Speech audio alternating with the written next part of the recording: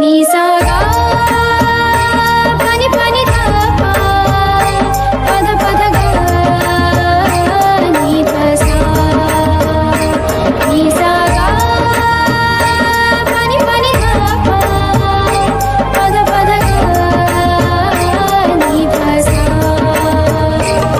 ही गाथा अस्तित्वाची शौर्याची पराक्रमाची ही गाथा अस्तित्वाची शौर्याची पराक्रमाची या मातीमधल्या कणाकणातील मौल्यवान रत्नांची या मातीमधल्या कणाकणातील मौल्यवान रत्नांची कर्तृत्व इथे गगनाला भिडे परिमोल जाणून घेऊ व्यक्तिविशेष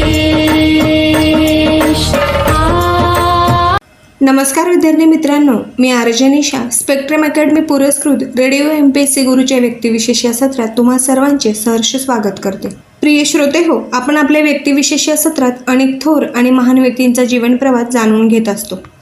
आज आपण अशा एका महान साहित्यिकाचा जीवन प्रवास जाणून घेणार आहोत, ज्यांनी आपल्या लेखणीतून समाजातील वंचित, शोषित आणि कष्टकरी जनतेच्या वेदनांना आवाज दिला. लोकशाहीर, साहित्य सम्राट आणि कादंबरीकार, कथाकार आणि जनआंदोलनाचे प्रभावी शिलेदार म्हणून ज्यांचे नाव आजही आदराने घेतले जाते ते म्हणजे अण्णाभाऊ साठे. फकीरा यासारखी अजरामर कादंबरी, असंख्य कथा, पोवाडे, लावण्या आणि लोकनाट्यांच्या माध्यमातून त्यांनी समाज परिवर्तनाचा संदेश दिला. आजच्या या व्यक्तिविशेष सत्रात आपण जाणून घेणार आहोत त्यांच्या संघर्षमय बालपणापासून साहित्य विश्वातील अद्वितीय योगदानापर्यंतचा प्रेरणादायी प्रवास. चला तर मग सुरुवात करूया आजच्या या व्यक्तिविशेष सत्राला. तुकाराम भाऊराव साठे हे अण्णाभाऊ साठे म्हणून ओळखले जाणारे एक मराठी समाजसुधारक, लोककवी आणि लेखक होते. साठे हे हिंदू मातंग समाजामध्ये जन्मलेले होते.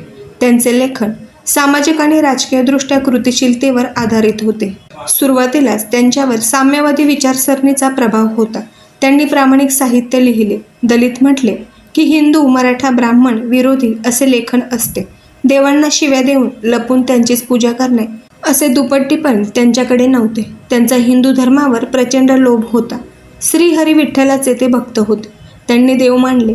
संयुक्त महाराष्ट्र चळवळीत देखील त्यांनी महत्त्वपूर्ण भूमिका बजावली. अण्णाभाऊ साठे यांचे साहित्य हे परिवर्तनाला दिशा व चालना देणारे ठरले आहे.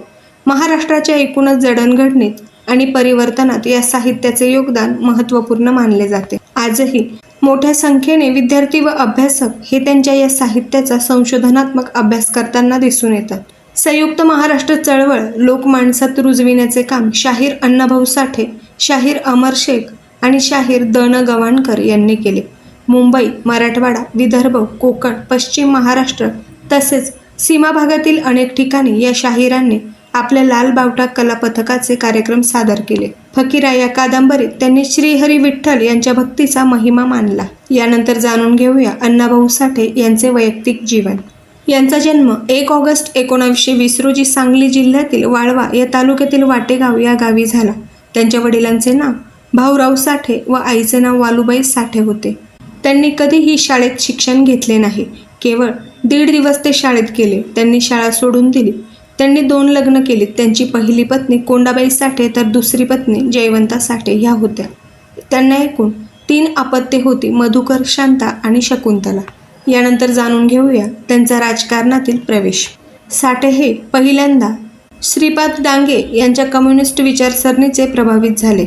1944 मध्ये दत्ता गवाणकर आणि अमर शेख या शाहिरांच्या सोबत त्यांनी लालबावटा कला पथक स्थापन केले. याद्वारे त्यांनी अनेक सरकारी निर्णयांना आव्हान दिले होते. ते 1940च्या दशकामध्ये कार्यरत राहिले. भारतीय स्वातंत्र्यानंतर उच्चवर्णीयांचे भारतावरील शासन त्यांना मान्य नव्हते, म्हणून त्यांनी 16 ऑगस्ट 1947 रोजी मुंबई येथे 20,000 लोकांचा मोर्चा काढला आणि त्या मोर्चातील घोषणा होती, ये आझादी झूठी है, देश की जनता भूकी है. इंडियन पीपल्स थिएटर असोसिएशनमध्येही ते एक महत्त्वपूर्ण व्यक्तिमत्व होते, जी भारतीय कम्युनिस्ट पक्षाची एक सांस्कृतिक शाखा होती. आणि संयुक्त महाराष्ट्र चळवळीमध्ये ज्याने भाषिक विभागातून वेगळे मराठी भाषी राज्य म्हणजेच बॉम्बे राज्य निर्माण करण्याची मागणी केली होती. साठे यांनी हिंदू मातंग व कामगारांच्या जीवनातील अनुभवांना प्रकट करण्यासाठी त्यांच्या कथांचा वापर केला. यातून त्यांनी जागतिक संरचनामध्ये समाजाला आणि कामगार वर्गांचे महत्त्व स्पष्ट केले. साठे यांचे कार्य हे मार्क्सवादाच्या प्रभावाखाली होते.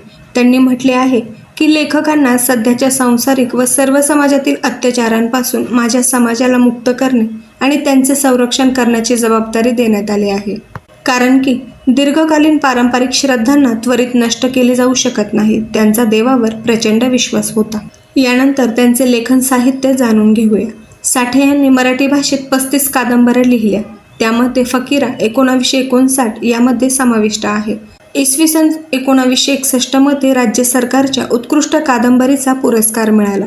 साठेंच्या लघुकथांचा संग्रह 15 आहे, ज्यामध्ये मोठ्या संख्येने बऱ्याच भारतीय भाषांमध्ये आणि 27 अभारतीय भाषांमध्ये भाषांतरित केले गेले आहेत.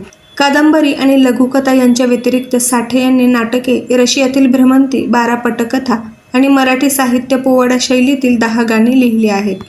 फकीरा या कादंबरीमध्ये साठेंनी आपल्या समुदायाला पूर्ण भूकमारीपासून वाचवण्यासाठी ग्रामीण रूढीवादी प्रणाली आणि ब्रिटिश शासनाच्या विरुद्ध विद्रोह करणाऱ्या नायक फकीराला चित्रित केले आहे. मुंबईमधील शहरी पर्यावरणाने त्यांच्या लिखाणावर लक्षणीय प्रभाव टाकला. त्यांनी तो डायस्टोपियन परिवाराच्या रूपात दाखवला. त्यांनी त्यांच्या मुंबईची लावणी आणि मुंबईचा गिरणी कामगार या 2 गाण्यांमधून मुंबईला दुर्व्यवहारी, शोषणकारी, असमान आणि अन्यायपूर्ण असेही म्हटले आहे. अण्णाभाऊंच्या जाण्या अगोदरच त्यांच्या कादंबऱ्या, पोवाडे रशियामध्ये पोहोचले होते. लेनिनग्राडचा पोवाडा तर तेथे लोकप्रिय झाला होता. अण्णाभाऊ जेव्हा लेनिनग्राडला पोहोचले तेव्हा तेथे त्यांनी चित्रा कादंबरी रशियन भाषेत अनुवादित केली होती. प्राध्यापक तात्या कातेतीना त्यांना भेटले. त्या अस्सल मराठी बोलत होत्या. विद्यार्थी मित्रांनो, अण्णाभाऊ साठे यांचे संपूर्ण आयुष्य हे संघर्ष, स्वाभिमान, सामाजिक न्याय आणि साहित्य सेवेचे प्रेरणादायी उदाहरण आहे. शिक्षणाची औपचारिक संधी कमी मिळूनही त्यांनी आपल्या प्रतिभेच्या जोरावर मराठी साहित्याला अमूल्य ठेवा दिला. त्याचप्रमाणे समाजातील वंचित घटकांचा आवाज बनले. आजही त्यांच्या साहित्यकृती आणि विचार समाजाला समानता, बंधुता आणि मानवी मूल्यांचा संदेश देत आहेत. प्रिय श्रोते हो, आज आपण अण्णाभाऊ साठे यांच्या जन्मदिनानिमित्त त्यांचे संपूर्ण जीवनकार्य व जीवनप्रवास जाणून घेतला आहे. स्पेक्ट्रम अकॅडमी पुरस्कृत रेडिओ MPSC गुरुच्या मंचाकडून अण्णाभाऊ साठे यांना विनम्र अभिवादन. तर श्रोते हो, आजची ही माहिती तुम्हा सर्वांना कशी वाटली हे तुम्ही तुमच्या प्रतिक्रियेद्वारे नक्कीच कळवा. त्यासाठी आमचा व्हॉट्सअप क्रमांक आहे 86988698869880 म्हणजेच 8698 8698 80. त्याचप्रमाणे तुम्ही मेसेज किंवा ऑडिओ स्वरूपातही तुमचे फीडबॅक आमच्यापर्यंत पाठवू शकता. व याचबरोबर तुम्हा सर्वांना आमचे व्यक्तिविशेष हे सत्र कसे वाटते हे तुम्ही कळवू शकता.